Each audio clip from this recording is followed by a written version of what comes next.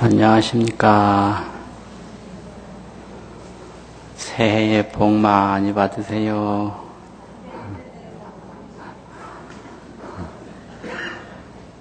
오늘 제가 좀 늦었나요? 오늘 말씀은 삶과 기쁨에 대해서 말씀을 드리겠습니다. 삶은 모든 사람이 다 삽니다. 그런데 무엇을 위해서 사느냐, 언제 기쁨을 느끼느냐, 이건 다 다릅니다. 그래서 그 전에 한 4, 5년 전인데, 이제 상자들이 몇 명이 와가지고, 내 생일날이라고 불공을 하더라고요. 그래서 불공을 하면 의뢰이 축원을 내가 할 줄 알았는데 나보고 축원하라는 소리를 안 하더니 어떤 상자가 이제 큰 상자 되는 사람이 축원을 시작하더라고요. 그래서 뭔 축원을 하는가 이래 들어보니까 복덕 구족하고 무병장수하고 소원 성취하고 이런 그냥 일반 불공할 때 하는 그런 기복 축원을 해요. 그래서 그걸 가만히 듣고 내가 있으니까 별로 기분이 좋지 않더라고요. 그래서 그 다음에 왜 기분이 별로 안 좋았을까? 또 그 축원이 뭐가 잘못됐을까? 생각을 해봤습니다. 그랬더니 그 삶에서 구하는 바가 달라서 그렇습니다. 구하는 바가 복덕구족하고 무병장수하고 이건 세속적 가치거든요. 그래서 이 수도를 통해서 얻으려고는 하는 가치, 불교의 그 이념에서 얻으려고 하는 목적하고는 틀린 거거든요. 그래서 일반적 가치, 또 수도적 가치, 이런 것이 있는데, 그것이 삶 속에서 그대로 나타납니다. 그래서 수행자에게 복덕구족이라고 그러는 것이 어떤 의미가 있을까? 또 수행자에게 무병장수, 병 없이 오래 산다라는 게 무슨 의미가 있을까? 또 수행자에게 세속적으로 추구하는 그런 소원을 성취하는 것이 세속적 소원 성취가 어떤 의미가 있을까? 그러니까 별 의미가 없는 거거든요.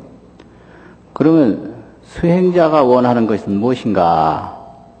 세속인이 원하는 것은 무엇인가? 이런 점 때문에 삶 속에서 어떤 것이 이루어져야 기뻐하느냐? 이 기쁨이라고 하는 건 다 다릅니다. 그래서 이 삶과 기쁨, 우리는 무엇이 이루어졌을 때 가장 좋아하는가? 이런 문제가 있습니다. 그렇게 이제 보면은 일반 중생의 삶이라고 하는 것은 이제 첫째는 욕망이라고 하는 게 있죠. 욕망. 또 그 욕망이 잘 안 이루어졌을 때 미움이라고 하는 게 있습니다. 욕망과 미움. 이게 평생 가는 겁니다. 욕망이 있기 때문에 반드시 미움이 그 속에 들어있거든요. 그러면 그 욕망과 미움이 누구를 중심으로 생기느냐, 이런 게 있는데요. 욕망과 그 미움이 생기는 뿌리, 욕망과 미움의 근원이 어디냐? 나를 중심으로 생기거든요. 내가 거기서 제외되면 욕망과 미움이 생길 뿌리가 없는 겁니다. 그래서 그걸 아집이라고 그러는데요. 아집에서 욕망이 생기고 욕망에서 미움이 생긴다. 그래서 나에 대한 집착으로 욕망이 생기는 거죠. 그래서 그 나라는 것은 어디서 생기느냐? 그것은 모든 것을 나를 중심으로 하기 때문에 그것은 어리석은 마음이고 뒤바뀐 생각이다. 전도몽상이라고. 이걸 아주 근본적인 지혜를 방해하는데 독소가 되고 행복을 방해하는 독소가 되고 평화를 방해하는 독소가 된다고 해서 중생의 탐진치 삼독이라고 그래요. 삼독. 그러면 그 나를 중심으로 생긴다. 이거 아주 굉장히 중요한 건데요. 근데 우리는 어디서 배우지 않아도 저절로 나한테 있는 거는 있다고 생각하고 나한테 없는 건 없다고 생각해요. 이건 완전히 잘못된 생각이거든요. 나한테 있든 없든 이 세상에 있기는 있는 거거든요. 내한테 없으면 없는 게 아니라 내한테 없어도 이 세상에 있는 건 있는 거예요. 또 내가 살아야 세상이 있다고 생각하고 내가 죽으면 세상도 없다고 생각해요. 이거 완전히 잘못된 거거든요. 그리고 내 마음대로 해야만 된다고 생각해요. 이게 전부 아집에 근거한 잘못된 생각이거든요. 이게 이제 바로 어리석은 마음이다 이거죠. 그래서 실제로는 내가 이 세상에서 나의 힘으로 살아가는 게 하나도 없고 전부 다른 데에 의존해서 전부가 의존해서 사는 건데 내 마음대로 내 힘으로 살아간다고 또 생각을 해요. 이게 또한 아집심입니다. 나에 의해서 살아가는 건 실제로 아무것도 없습니다. 내가 이런 옷을 입는데 이거 내가 만든 거 하나도 없거든요. 누군가가 만들어주고 또 이거를 입도록 그 운반도 해주고 여러 가지 제봉도 해주고 그런 거죠. 내가 먹는 것도 내가 만든 건 하나도 없는 겁니다. 이 세상에. 매일같이 먹는 거 물을 마신다든지 밥을 먹는다든지 뭐 과일을 먹는다든지 채소를 먹는다든지 내가 만든 거 없거든요. 다 다른 이가 다른 곳으로부터 온 거예요. 그리고 내가 다니는 길도 내가 닦은 거 하나도 없고 다른 사람 다 닦은 거예요. 자동차도 그렇고 뭐 전철도 그렇고 하여튼 다른 사람의 도움에 의존하지 않고는 한날 1분 1초도 살 수가 없는 겁니다. 그런데 이것에 대한 깨우침이 전혀 없어요. 내가 간다고 마음먹으면 가는 줄 알거든요. 천면의 말씀이에요. 길이 있어야 가고 또 앞사람이 운전을 잘 해줘야 내가 가지 앞사람이 운전 잘못해서 꽉 막아놓으면 못 갑니다. 갈 수가 없는 거예요. 그리고 기름 넣는 사람이 기름 넣어줘야 가고 기름을 또 넣을 수 있도록 저 멀리에서 누군가가 여기다 운반해줘야 되고 실제로 이 몸도 다 부모가 물려줬기 때문에 이게 있는 거지 부모가 물려주지 않으면 있을 수가 없는 거예요. 이렇게 보면 이 세상에 나라고 하는 것은 다 하늘에 의존하고 땅에 의존하고 사람에 의존하고 자연에 의존하고 전부 의존해서 살아가는 존재지 내가 주인이 돼서 살아가는 건 없다. 그래서 인간은 여러 곳에 의존해서 잠시 동안 여기에 머물러 있는 나그네고 방문객인데 인간이 방문객이라고 하는 생각은 전혀 하지 못하고 내 마음대로 세상이 되는 것처럼 나는 죽어도 뭐 세상은 안 죽는다 이게 아니고 세상은 다 죽어도 나는 안 죽는다. 이런 아집주의적 잘못된 생각을 가지고 있는데 이건 완전히 허상이고 착각이고 무지죠. 나에 대한 무지, 나를 생존하게 되는 것에 대한 무지. 이렇게 이 무지에 근거해서 얼토당토한 욕망이 생기는 거예요. 그래서 내가 하라면 해야 되는 걸로 알고 내가 원하는 건 있어야 되는 걸로 알고 이거 완전히 이게 욕망이거든요. 그래서 어떤 욕망이든지 욕망은 무지에 근거하고 있습니다. 욕망의 뿌리는 무지다. 이런 거거든요. 그 무지는 나는 인정하는데 다른 것은 인정하지 않는 근본적인 모순을 가지고 있는 게 또 무지입니다. 근데 애들도 그렇더라고요. 이상하게. 어디서 조그마한 아이 뭐 5살이나 몇 살 먹은 애를 만났는데 만나자마자 왜 머리 없느냐고 나보고 이거 자꾸 물어요. 왜 없느냐고 그래요. 깎아서 없다. 아, 왜 나는 안 깎았는데 왜 깎았느냐고. 그러니까 저는 머리 안 깎아서 머리 있는 것만 인정하고 나는 깎아서 머리 없는 걸 인정을 안 해요. 이 아이가. 그거 참 아주 미치겠더라고요. 그 저만 인정하고 나는 인정하지 않아요. 그 어디서 그런 걸 배웠는지 태어나자마자 상대를 인정하지 않는 그런 무지를 가지고 태어나더라고요. 이걸 어려운 말로는 구생번뇌라고 합니다.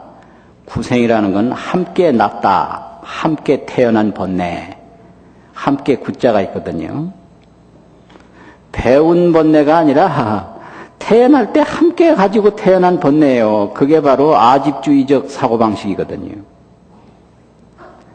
내한테 있는 것만 있는 거지 내한테 없는 거 없는 거예요.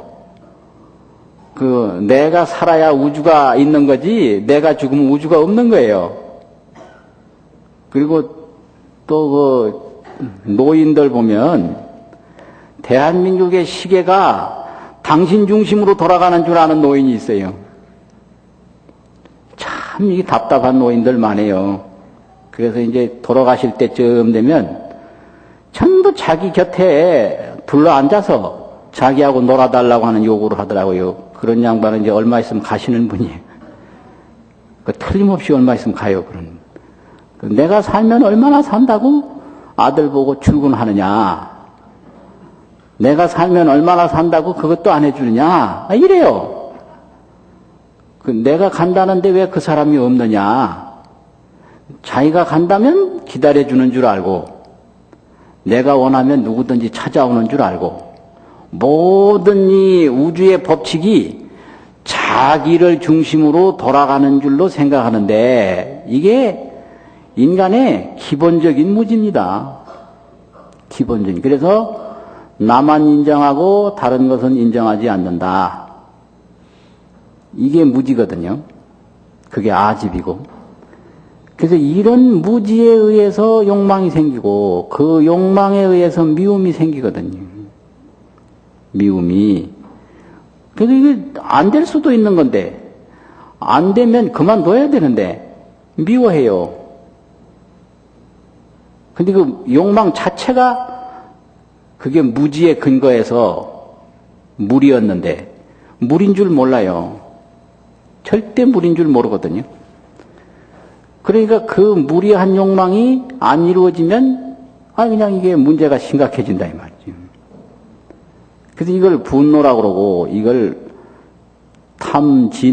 진이라고 하지 않습니까? 그 진은 탐에서 온다. 탐욕이 다 사라지면 분노가 없지요. 탐욕과 분노, 욕망과 미움. 그 분노라고 하는 것은 미움보다 더 무서운 건데요. 미움은 밉기는 해도 그래도 함께 머물려는 생각을 하는 게 미움입니다. 미움이라는 건 밉다 그러잖아요. 요새는 그런 노래가 안 불러지더라고. 미워 이런 거. 왜 그런 노래 안 부르는지 모르겠어요.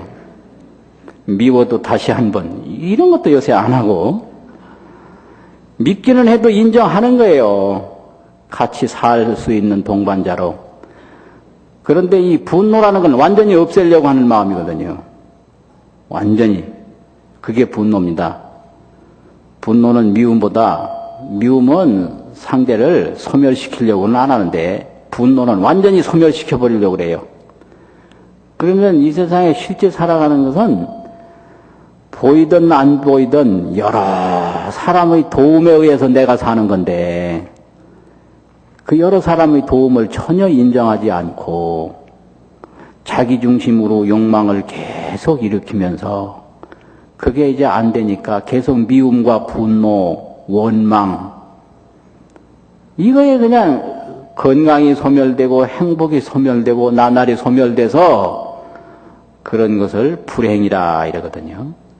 그래서 불행이 어디서 왔느냐? 욕망과 미움, 탐욕과 분노에서 온다.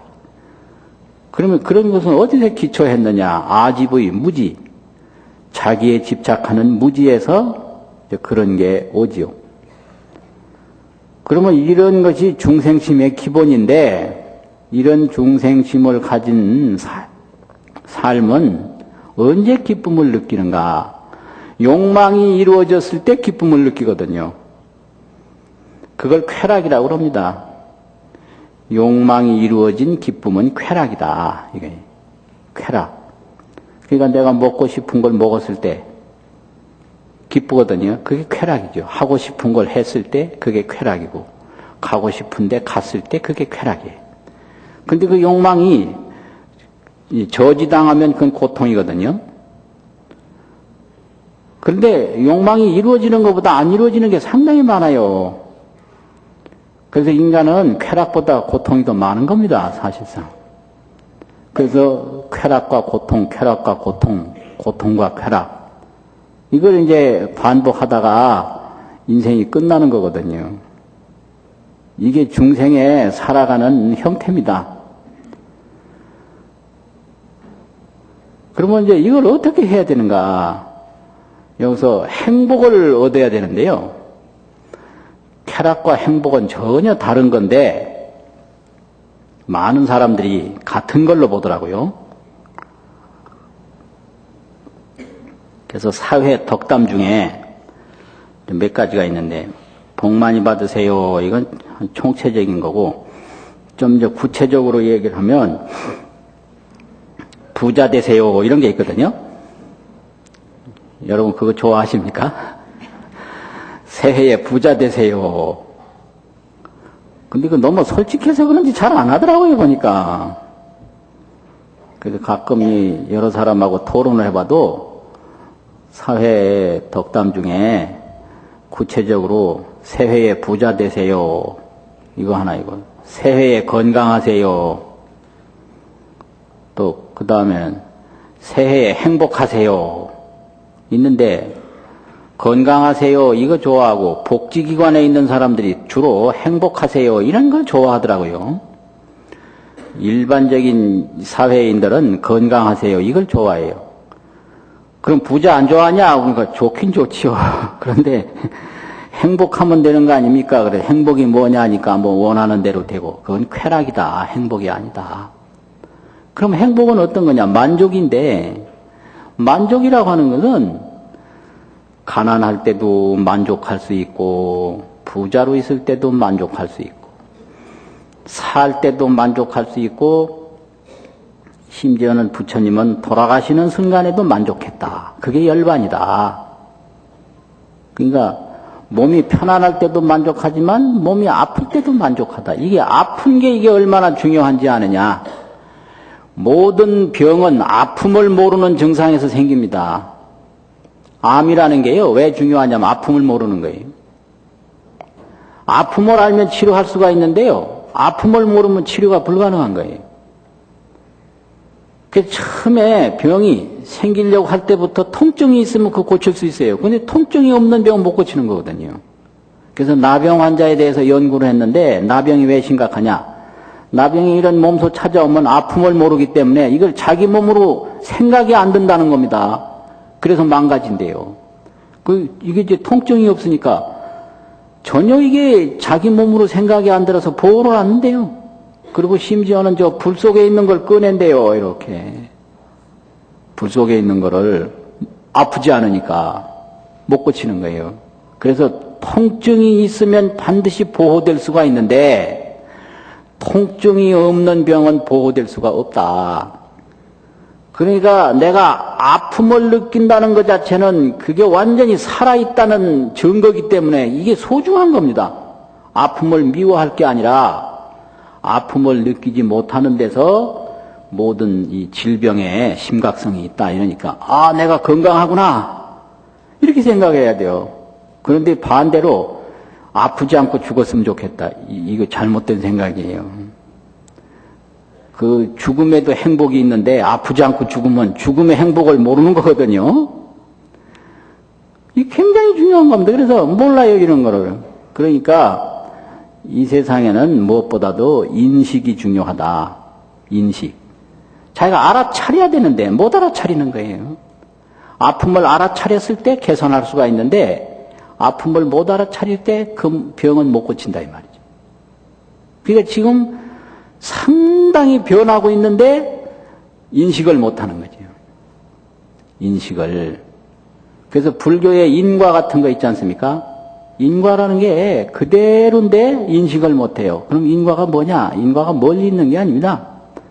우리 몸에 있는 거예요. 몸에 어찌 있느냐? 우리 몸 있지 않습니까? 현재 몸. 이것이 태어나서 지금까지 계속 살아온 생활의 결과물이에요, 이게. 몸이라는 게. 내가 무엇을 먹은 결과물, 내가 어떻게 행동했느냐 하는 결과물, 어떻게 잠을 잤느냐, 어떻게 말을 했느냐의 결과물, 이 결과 덩어리가 이게 몸입니다. 그럼 지금까지 생활한 건 인이고요, 원인이고. 지금 나타난 이 몸은 결과예요. 이게 인과입니다. 그런데 이런 걸 전혀 의식하지 않고, 아, 부모가 나를 젊을 때 나서 건강하고, 늙을 때 나가지고 병이 많다. 우리 이제 막내쯤 되는 동생도 있는데요. 그런 얘기 하더라고요, 하루는. 아, 엄마가 나를 늦게 나서, 우리들은 병이 많고, 오빠는 엄마가 젊을 때 나가지고 건강하다고. 그래서 내 속으로 참 몰라도 너도 너무너무 모른다. 어떻게 다 한 대 속에서 나왔는데 나는 이만큼 하냐. 그런 얘기를 했는데 그런 말을 하면 또 싫어할 거 아니에요. 그래서 이제 그런 말을 안 했는데 이게 잘못된 생각입니다. 이게. 그 어머니 아버지가 젊을 때 놔주고 늙을 때 놔주고 그게 문제가 아니라 얼마만큼 생활을 건강하게 하느냐. 여기에 달린 거예요. 체질이라는 게 없습니다. 체질은 1년에도 한 몇 번씩 바뀌거든요. 계속 매일같이 바뀌는 거예요. 이게 체질이라는 게. 그래서 건강하게 먹고 건강하게 활동하고 건강하게 휴식하고 건강하게 생각하고 그러면 건강한 거지 생활을 떠나서 몸이 없다 이거죠. 그래서 이 몸이 무엇인가? 지금까지 내가 생활한 그 결과다. 이렇게 보는 거죠. 어떤 사람은 뚱뚱하다고 그래서 나는 먹지도 않는데 뚱뚱하다고. 새빨간 거짓말이에요. 안 먹었는데 어디서 옵니까 그게. 그렇게 거짓말을 할 수가 있어요. 많이 먹고 많이 자니까 뚱뚱하지. 적게 먹고 많이 움직이는데 어떻게 뚱뚱합니까? 그 말이 안 되는 거거든요. 또 설사 밥만 안 먹는 것뿐이지 뭔가를 먹었을 거거든요. 커피만 프림 타가지고 많이 마시면 뚱뚱해지거든요. 그것도 상당한 거예요. 그 프림하고 설탕이 많이 뚱뚱할 수 있는 요소가 된다. 그래서 뚱뚱한 사람들의 식사와 수면 이게 아주 중요한데 이거 가만히 보면 시도 때도 없이 많이 먹고 시도 때도 없이 잘 자더라고요. 아무 데서나 자요, 뚱뚱한 사람들은. 이게 생활의 결과물, 이게 인과입니다. 인과라는 게. 다른 게 전혀 아니에요. 그리고 불교에서 무상이라고 그러는데 나는 무상이 뭔지 도대체 이해가 안 된다. 그 무상이 바로 우리 몸입니다. 머리가 휘어지는 게 이게 무상이에요. 늙어가는 거. 이빨 빠지고 하는 거. 눈 어두워지는 거. 40대 초쯤 되니까 눈이 가기 시작하더라고요. 이게 무상입니다. 그러고 자꾸 아픈 데 생기는 거. 이게 무상이고 죽는 거 이게 무상이에요. 그 무상은 다른 게 아니라 우리 몸에 나타나는 늙고 병들고 죽는 거 이게 무상이다. 인과라고 하는 것은 우리 몸 이 자체가 인과의 표적이라는 거죠. 생활의 결과가 바로 몸이니까요. 그래서 생활을 바꾸면 몸은 바뀐다. 아주 기본적인 거예요. 원인이 바뀌면 결과는 저절로 바뀔 거 아닙니까? 그런데 문제는 인식을 못한다. 못 알아챈다는 겁니다. 문제는. 못 알아챈다. 그래서 상대편이 미운 건 이건 결과인데 왜 미운지 원인을 모르거든요. 내가 무리한 욕망을 일으켰기 때문에 미운 거예요.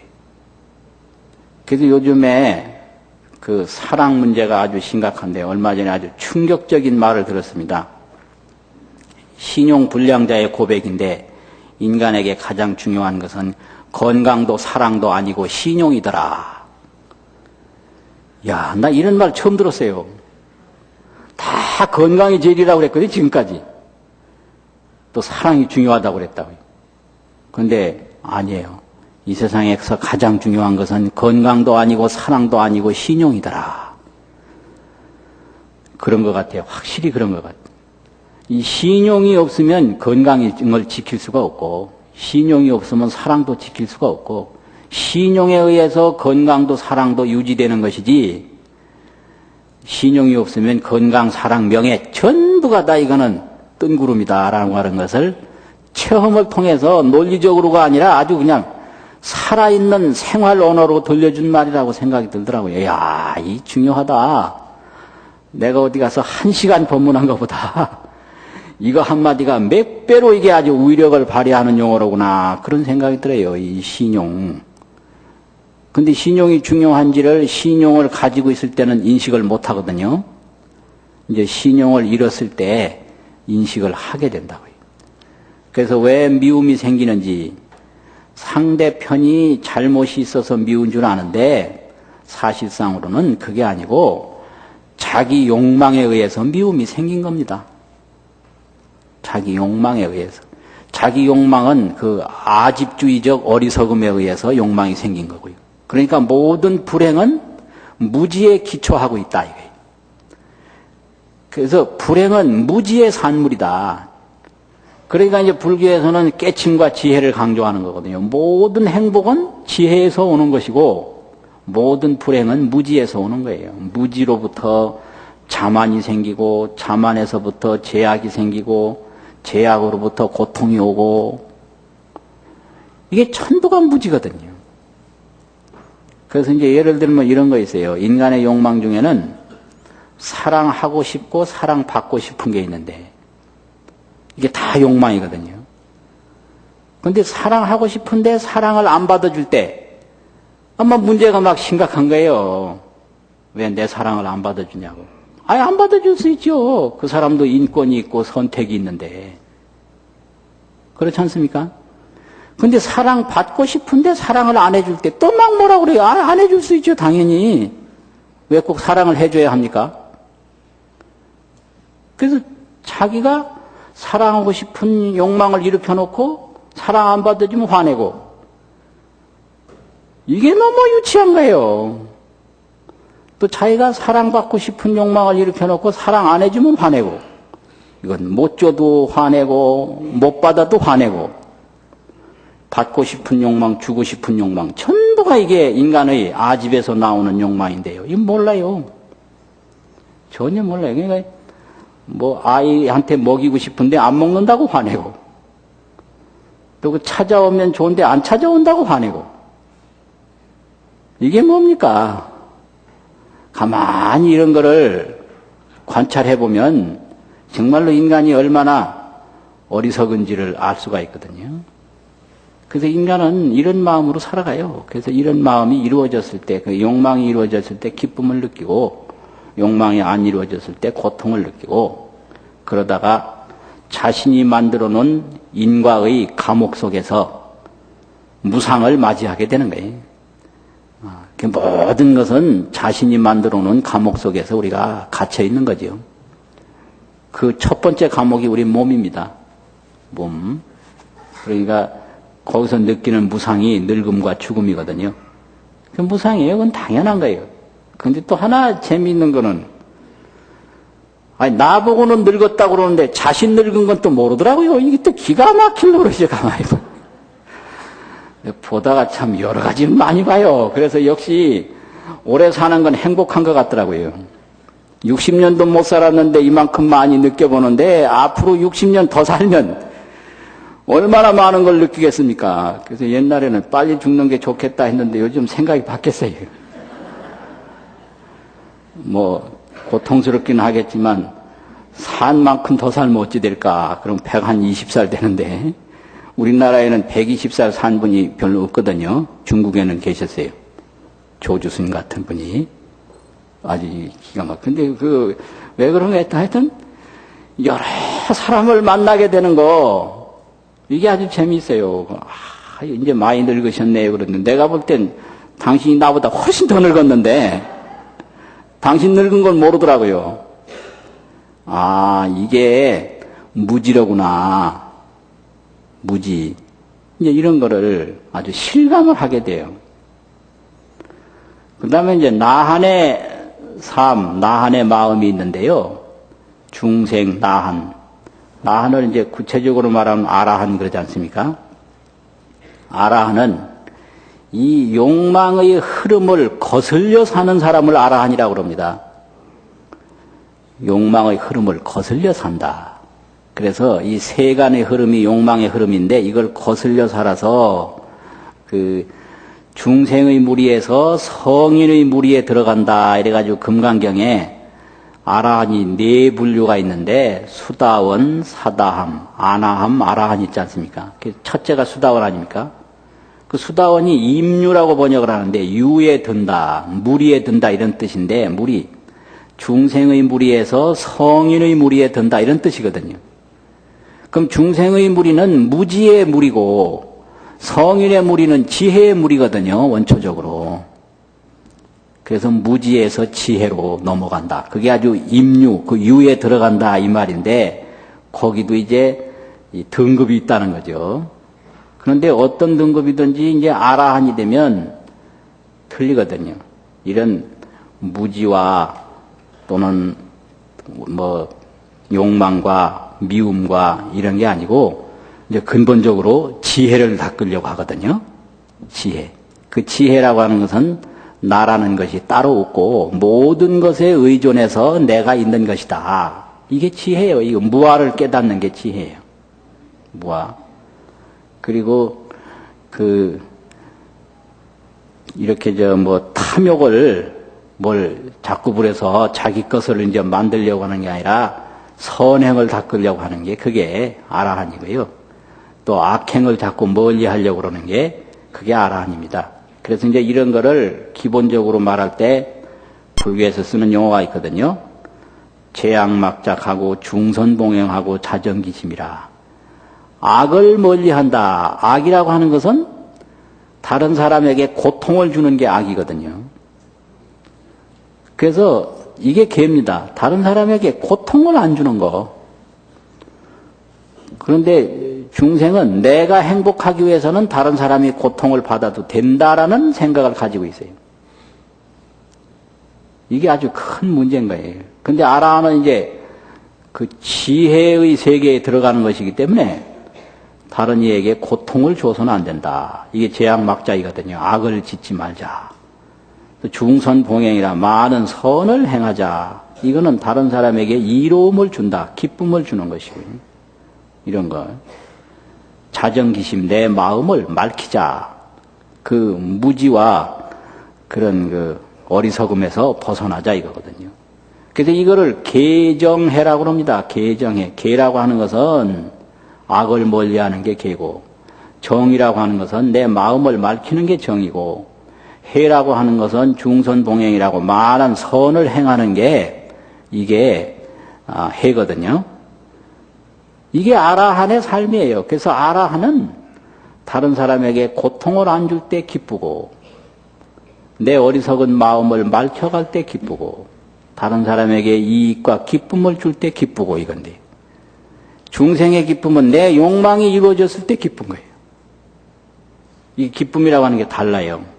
그래서 욕망 중에는 뭐 무병장수도 있고 복덕구족도 있고 있지 않습니까?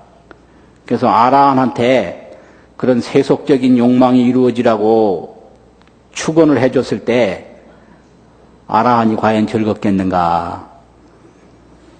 다를 거 아닙니까? 근데 이게 마음대로 안 돼요. 이게 교육이 어렵다라는 걸 알 수가 있어요. 명색이 교육이를 본다는 사람이 난데 가장 가까운 상자들도요, 이런 내 교육 이념이 안전해지더라고요. 그래서 새해 첫날 전화가 와서 받았더니 저기 저 강원도 어떤 선방에 있는 상자가 전화했는데, 역시 스님 금년에 무량복을 받으십시오 이렇게 전화를 했더라고요. 그 새해 첫날이라고 잊지 않고 전화한 것만으로도 고마운데 또 뭐라고 할 수도 없잖아요. 그래서 아이 고맙다고, 그쪽에 안 춥느냐 하니까 오대산인데 춥답니다. 어떤 때는 영하 18도까지 내려간다고 그래요. 엄청나게 춥더라고요.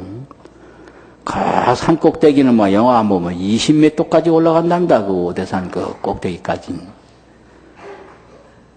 그런 데서 한 3개월 훈련한 사람하고 이렇게 따뜻한 데서 산 사람하고 몸 구조가 달라지거든요. 그래서 몸이라고 하는 것은 생활에 따라서 변하는 거예요. 그래서 나는 체질적으로 안 된다 이런 생각은 잘못된 생각입니다. 몸은 수시로 바뀌는 거니까요. 수시로.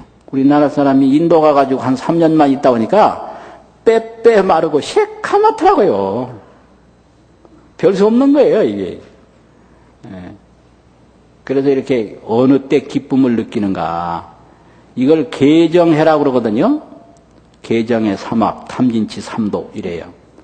그래서 이 아라한 지위에 들어가면 이 계정해를 이루어갈 때 기쁨을 느낍니다. 생활 속에서. 다른 이에게 고통 안 주고, 다른 이에게 이익을 주고, 내 무지와 탐욕을 점점 말켜갈 때, 그때 기쁜 거예요. 뭐 오래 살 때, 부자 될 때, 그 기쁘지 않아요. 아라한들. 그런데 이 세속인들은 오래 살고 부자 되고 기쁘거든요. 그런 거 차이점이 분명히 있는 거지요. 그래서 절에 오래 다녀도 그 아드님이나 따님이 스님 된다고 그러면 한사코 맞거든요. 그러면 당신이 절에 다니는 목적은 뭐며 아들, 딸이 스님 못 되게 하는 목적은 뭔가? 그 생각해 보셨어요? 그게 왜 그런지? 그러니까 할머니, 어머님들이 기도하신 것은 세속적인 쾌락, 세속적인 기쁨을 위해서 기도를 했거든요. 그거 아닙니까? 그래서 이렇게 뭐 성불 하고 이런 거 아니잖아요. 그런데 이제 아들, 딸이 스님 된다고 그러면 틀리다 이 말이에요. 목적 자체가 틀린 거예요. 이거는 계정의 삼학의 목적이지 이런 욕망과 쾌락의 목적이 아니다 이거예요. 그래서 이렇게 철학적으로 설명할 수는 없지만 아주 피부적으로 아니까 안 돼 이러거든요. 목적 자체가 틀리니까. 그것이 바로 차이점이죠. 그래서 이게 아라한의 그런 삶과 기쁨이 있는 거죠. 얼마 전에 태국을 한번 갔는데요. 거기서 아주 엄청난 걸 느끼고 왔는데, 그 태국에 가니까 그 태국을 설명하는 말이 3가지가 있는데, 태국은 왕이 있는 나라다, 불교가 있는 나라다, 자본주의가 있는 나라다 이렇게 설명을 해요. 그래서 그게 뭔 소린가. 그냥 뭐 별로 느낌 없이 들었는데, 아, 이게 하나하나 알겠더라고요. 어떻게 아냐, 이러니까. 한 번은 버스를 타고 고속도로를 가는데, 고속도로에서 차를 옆으로 다 세우더라고요. 그게 한참 있더니, 앞뒤로 경찰이 호위를 하고 중간에 그 서양에서 만드는 왜 벤츠라고 하는 승용차 있잖아요. 그게 한 5대가 그냥 시속 120km로 계속 달려요. 그게 왜 그러냐니까 그 가운데는 왕족이 하나 탔다는 거예요, 왕족. 아, 이게 왕이 있는 나라구나. 이거 생전 처음 보는 거라. 아주 생소하더라고요. 그래서 현재 왕으로부터 위에 몇 대, 아래로 몇 대까지 다 왕족으로 인정하고 그 왕족 중에는 조그마한 아이만 하나 타도 그렇게 호위를 한다는 겁니다. 전부 차 다 세우고 완전히 그냥 고속으로 달리도록 호위를 해요. 그리고 불교가 있는 나라라는 게 뭔지 몰랐는데 완전히 우리나라하고는 틀리더라고요. 그래서 저 배를 탔는데 그 배 앞에 스님 2분이 앞 마주보고 한가하게 타고 있고, 근데 그 뒤에는 많은 사람이 아주 복잡하게 타고 있어요. 그 스님 맞는 자리는 아무도 못 앉는 거예요. 그게 태국 불교더라고요. 그리고 자본주의는 뭐냐? 가는 데마다 뭐 물건 사라고 코끼리 사세요, 뭐 사세요, 얼마나 선전하는지 그게 또 한 자본주의더라고요. 체험 안 해보면 몰라요. 그게 그래서 이게 체험이로구나. 그런데 우리나라 불교하고 태국 불교하고 완전히 다른 게 뭐냐면 불교를 설명하면서 태국의 절이 34,200개가 있고 스님이 뭐 상당히 많이 있는데 거기서 뭐라고 그러냐면 스님의 스님의 아주 적군은 누구라고 그랬겠어요? 스님의 적은 누구다 설명했는데요. 딱 2글자인데요. 스님의 적은 뭐다? 뭐 같습니까?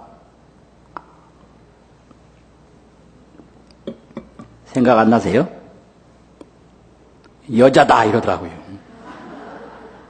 스님의 적은 여자다. 근데 깜짝 놀라서 왜 여자냐 그러니까 모든 스님이 무너지는 것은 오직 여자에 의해서 무너진대요. 태국 스님들이 다 허물어질 때 반드시 여자에 의해서 허물어지지 여자 아니면 안 허물어진다는 겁니다. 그래서 스님은 여자를 적으로 보고 항상 멀리해야 된다. 절대 이제 살결이 닿으면 절대 안 되고, 그래서 내가 그럼 사진 찍으면 안 되느냐 그러니까 안 된대요. 그럼 나 그때 보살님들하고 쭉 가서 맨날 사진 찍는데 그럼 난 어떡하냐 그러니까. 그건 모르겠고 하여튼 거기는 완전히 여자가 완전히 스님의 적이라는 거예요. 그게 소승불교입니다. 우리가 대승불교. 이렇게 다른 거예요. 이게 근본이 달라서 그래요. 목적은 같은데 원리도 같고. 그게 왜 그러냐 그러니까 그쪽에서는 이 욕망에 물들지 않게 하는 걸 최대의 가치로 보는 게 소승불교거든요. 욕망 중에는 애욕이 있지 않습니까? 사랑받고 싶은 거, 사랑하고 싶은 거. 그래서 이 애욕으로부터 보호되지 않으면 수행자는 존재할 수 없다. 그게 애욕이 뭐니 해도 이성에 대한 욕구거든요. 그렇잖아요. 그러니까 스님이 무너지는 건 반드시 이성에 대한 애욕으로부터 무너지니까 그 애욕의 대상은 여자다. 그러니까 그것은 욕망으로부터 세속의 물들므로부터 보호하는 데 가치를 두니까 그렇게 해야만 당연한 겁니다. 그게 소승불교죠. 그래서 이게 참 대단한 거로구나. 그런데 우리 대승불교는 또 그게 아니거든요. 개정의 사막 가치보다 좀 다른 그 원리가 있는데 그게 지비원 삼심이라고 합니다. 이게 대승 아주 보리심의 주체인데 지혜, 자비, 서원 이게 보리심인데 이거를 중시해요. 이게 대승불교입니다. 지혜, 자비, 서원. 그래서 이걸 보살이라고 그러거든요. 그래서 소승불교의 주체는 나 아니고 대승불교의 주체는 보살입니다. 일반 세속심의 주체는 중생이고요. 그래서 중생의 삶과 나한의 삶과 보살의 삶이 있는 거예요. 그래서 보살의 삶은 첫째 지혜거든요. 그래서 지혜는 멀리 하는 게 아니라 가까이 하되 집착하지 않는 게 지혜입니다. 그 부처님도 그래 했고 모든 보살이 다 그래요. 그래서 이쪽의 수행자들이 다 그렇습니다. 그래서 이제 같은 불교라도 그 태국에서는 절대로 여성들을 가까이 하지 마라. 이게 아주 철저하다고 하더라고요. 그런데 저 인도 다람살란가 거기인 아람살란가 티벳 망명정부 있지 않습니까? 거기 다라이라마 스님은 남녀노소 가릴 것 없이 다 손을 잡아주거든요. 그래서 내가 그 태국 그 가이드한테 그런 얘기를 했어요. 그 다라이라마 세계적인 유명한 스님이고 태국 스님보다 훨씬 유명한데 그분은 뭐 누구나 다 손잡아주는데 그건 어떻게 생각하느냐니까 그것까진 자기는 모른대요. 모르고 무조건 스님은 여자에 의해서 무너지니까 여자 가까이 하면 안 된다는 거예요. 그게 또한 진리거든요. 그러니까 이 지혜를 실천할 때는 다라이라마처럼 하는 게 진리고 이렇게 그 세속에 물들지 않는 실천을 할 때는 태국 스님들처럼 하는 게 진리예요. 그게 다 필요한 거거든요. 그러니까 대승불교는 가까이 하는 게 허물이 아니라 집착하는 게 허물이다. 이게 바로 지혜거든요. 그러니까 악수를 아무리 해도 사랑받고 싶다든지 사랑하고 싶다든지 이런 욕망에 집착하지 아니하면 된다는 거예요.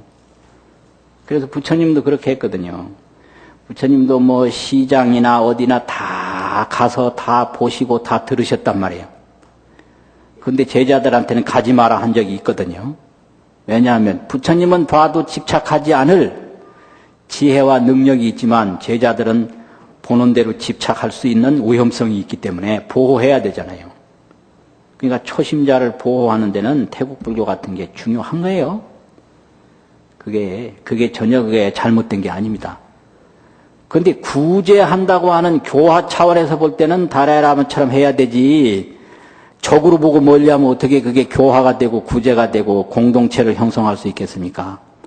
부처님이 아무도 안 보고 그냥 멀리만 했다면 불교의 등불이 비춰질 수가 없었거든요.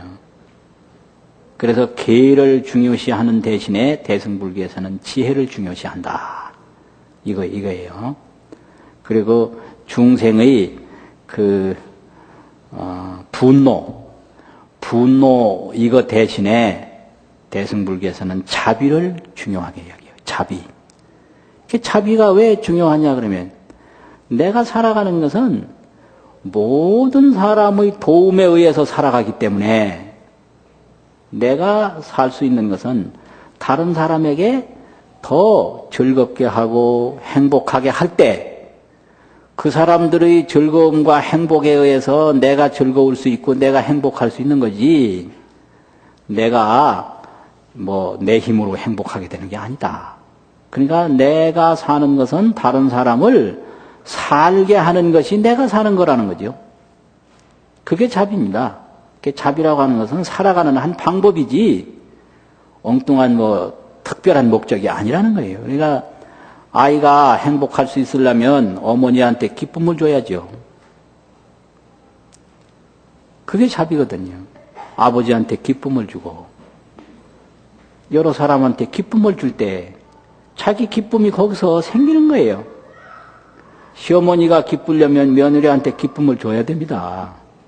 며느리가 기쁘려면 시어머니한테 기쁨을 줘야 되고 그런데 반대로 시어머니가 괴로움을 느껴야 며느리가 행복하다고 생각하는 거 이런 게 있거든요. 시어머니가 고통스러워야 며느리가 행복하다 이런 생각을 가지고 있으면 전혀 잘못된 거예요. 너의 불행이 나의 행복이다. 이게 완전히 어리석은 거거든요. 그런 거 많아요. 다른 사람이 잘못돼야 내가 잘 된다라는 생각. 이건 아닌 거예요. 그건 탐욕이지 자비가 아니거든요. 그래서 이제 지혜와 자비, 이게 보살이에요. 그리고 탐욕 대신에 원력을 갖는 게 이게 또 보살입니다. 그래서 중생은 무지와 또 욕망과 미움을 가지고 사는데, 이제 보살은 무지 대신에 지혜, 원망과 분노 대신에 자비, 탐욕 대신에 원력, 이게 보살의 행복이에요. 그럼 탐욕과 원력이 어떻게 다르냐?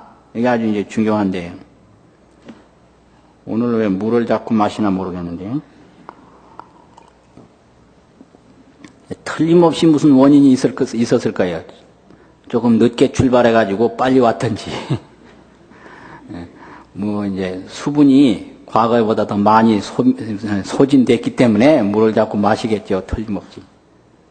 큰 스님 법어 중에 그런 게 있어요. 미래의 고통은 현재에 이루어진다. 이거 엄청난 얘기입니다, 이게. 그냥 편안히 앉아서 들으시니까 흔한 말 같죠? 전혀 그런 게, 이거 하나만 제대로 새겨도 얼마든지 행복할 수 있어요. 미래의 고통은 현재에 이루어진다. 그래서 미래의 고통을 현재에 예방하면 된다는 거예요. 이게 인과고 생활이거든요. 그렇잖아요. 그러면 지금 현재 물을 마시는 것도 조금 전에 물 마시게끔 내가 행동을 한 거예요. 이게 인과죠. 그런 거 아니에요. 이건 뭐 하나도 거짓말이 아니거든요. 그래서 미래의 불행을 두려워할 게 없고 현재의 미래의 고통을 만들지 않으면 끝나는 거거든요. 미래라는 게 현재의 연장이기 때문에 그런 거예요. 미래가 없지 않습니까? 현재의 연장이지. 그러니까 죽을 때 편안히 죽었으면 좋겠다, 이런 욕망을 가지면 편안히 죽을 수 있도록 현재에 준비를 하면 되는 거예요. 죽음에 대해서 더 확실히 알고 그 아픔에 대해서 더 확실히 알고 준비를 해나가면 되는 거거든요. 이게 불교죠. 불교라는 게 다른 게 아니고 이게 인과고. 그렇지 않습니까? 근데 여기서 이제 보살은 원력으로 살고 중생은 탐욕으로 사는데, 원력과 탐욕이 뭔가 거의 비슷합니다. 원력이 많은 분도 막 열심히 하고 탐욕이 많은 분도 열심히 하고 똑같아요, 겉으로 보면. 그런데 결과가 틀리거든요. 탐욕으로 뭐를 하면 자기가 한 결과를 자기가 집착해요. 이게 탐욕의 성격입니다. 탐욕은 자기가 만든 결과를 자기 혼자 소유하려고 그러고 자기 혼자 활용하려고 그러고 자기가 집착한다. 이게 탐욕이에요. 원력은 결과가 이루어지면 보시하고 공양해서 해향을 해요. 해향. 이게 원력이에요. 그래서 해향하는 건 원력이고 소유하고 집착하는 건 탐욕이다, 이거예요. 이거 아주 중요한 겁니다, 이게. 그래서 열심히 한다고 다 수행이 아니에요. 자기 소유를 위해서 열심히 하는 건 탐욕이거든요. 그런데 함께 즐거우려고 하는 건 그거는 수행이에요. 이거는 아무도 몰라요. 자기만 알아요. 부처님만 알고. 그렇잖아요. 그래서 티베트 불교 같은 데서 아주 중요한 게 만다라라고 이렇게 후불탱화처럼 그리지 않습니까? 이걸 열심히 만들어서 다 만들고 나면 의식을 딱 치르고 그대로 싹 파괴하는 거예요. 이거 굉장한 교육이거든요, 이게. 아무리 좋은 거라도 소유하면 고통이 생겨요. 해양해버려야 더 기쁨이 배로 많아진다고요. 그러니까 이건 도저히 자본주의적 사고방식 가지고는 이해가 안 되는 거예요. 이거를 다 같이 이게 교환을 하면 얼마나 가치가 상승할 텐데 왜 그러냐. 그런데 그분들의 가치는 물질적으로 많은 이익을 얻는 것보다 마음속에서 탐심을 덜어내는 게 더 중요하다, 이렇게 본 거예요. 그래서 아주 정성을 들여서 만들어가지고 일순간에 싹 파괴시킴으로 말미암아 탐욕으로부터 벗어날 수가 있다. 이런 그 가치가 있는 거거든요. 그래서 보살의 기쁨과 나한의 기쁨과 또 일반 중생의 기쁨은 달라요. 중생은 욕망이 이루어질 때 기쁘고 나한은 세속에 물들지 않을 때 기쁘고, 그러니까 세속에 물들지 않으려고 여자를 적으로 보고 항상 공격할 태세를 갖추고, 이게 중요해요. 상당히 중요한 거예요. 그런데 보살은 무엇을 보나 무엇을 들으나 집착하지 않는 지혜를 가지고 또 다른 사람을 복되게 하는 것이 내가 살아가는 길이라고 하는 자비를 실천하고 항상 원력을 세워서 공덕을 닦은 다음에 결과가 이루어지면 보시하고 공양해서 해양을 하고, 이제 이럴 때 지비원 삼심을 이룩하는 것인데, 보살은 이렇게 지비원 삼심을 이룰 때 기쁘다는 거죠. 그래서 중생의 삼도, 아라한의 삼학, 보살의 삼심, 이제 이러한 그 정신을 삶 속에서 이루거든요. 그러면 그 이룸을 통해서 각자 기쁨을 느끼게 됩니다. 그런데 우리 불자들은 쾌락과 만족 중에 만족을 느낄 수 있는 학습이 필요합니다. 만족은 학습에 의해서 생기는 거지 누가 주어지는 게 아니에요. 쾌락은 주어지는 거고 만족은 배워서 얻는 것이다 이거예요. 배우지 않으면 만족은 몰라요. 절대 모릅니다. 그러니까 이게 목이 말라도 만족하다. 그럼 행복이에요. 그래서 정신세계가 높은 분들은 다 죽는 순간에까지 만족한 거예요. 이건 동서양이 똑같습니다. 고통을 느끼면서도 매를 맞으면서도 만족하고요. 물에 빠져서도 만족하고 목숨을 바치면서도 만족하고, 이거는 서양이나 동양이나 다를 바가 하나도 없습니다. 이거 아주 깜짝 놀랐어요. 이거 보고 이게 왜 이렇게 똑같냐 이런 거예요. 부처님만 죽을 때 태어난 게 아니고 소크라테스 같은 분도 태어났더라고요. 이게 만족입니다, 이게. 근데 이거는 누가 갖다 준 게 아니라 스스로 배워서 익힌 결과입니다. 그래가지고 쾌락이라고 하는 것은 물질에서 오고 사람에서 오고 행동에서 오는 거죠. 그런데 이 만족이라고 하는 것은 마음에서 오는 거기 때문에 마음의 훈련과 학습이 없으면 행복은 못 느끼는 거예요. 절대 느낄 수가 없어요. 그러니까 다른 사람이 내 뜻을 안 따라줘도 만족하고, 따라줘도 만족하고, 아이들이 말을 안 들어도 만족하고, 들어도 만족하고, 이게 도인이거든요. 그게 해탈이고 그게 열반이에요. 그래서 불교에서는 쾌락을 가르치는 것이 아니고 만족을 가르칩니다. 쾌락은 자고 싶을 때 자면 그게 쾌락이죠. 먹고 싶을 때 먹으면 쾌락이고, 만나고 싶을 때 만나면 쾌락이고, 헤어지고 싶을 때 헤어지면 쾌락이고, 그거 아닙니까? 근데 만족은 그런 게 아니에요. 언제나 부족함이 없을 때 그게 만족이거든요. 그래서 우리가 항상 그런 훈련을 해야 되는데 그걸 수행이라고 그래요. 수행이라고 하는 것은 만족을 느낄 수 있는 힘을 기르는 것이다. 이게 수행입니다. 그래서 이제 행복을 이런 뜻으로 보고 만족으로 보고, 행복하세요 할 때 금년에 아주 만족을 느낄 줄 아는 사람이 되세요, 이런 뜻이 되겠습니다. 그래서 이제 새해에 부자 되세요. 이거 하려면 이제 염치가 좀 없나요? 염치가 조금 없는 거예요. 그래도 다 사람들이 염치는 다 있어요, 보면은. 부자 되세요 하면은 조금 부끄러운 듯 하더라고요. 그런데 건강하세요, 행복하세요 하면 다 좋아해요. 그러니까 새해 복 많이 받으세요. 또 새해 건강하세요. 새해 행복하세요. 이렇게 다 좋아하더라고요. 그래서 우리도 다 함께 이 세 가지로 금년 그 축원을 하고 마치도록 하는 게 어떨까요? 동의하십니까? 그러면 제가 먼저 할 테니까요. 여러분도 같이 해주세요. 첫 번째, 새해 복 많이 받으세요. 새해 건강하세요. 새해 행복하세요. 마치겠습니다.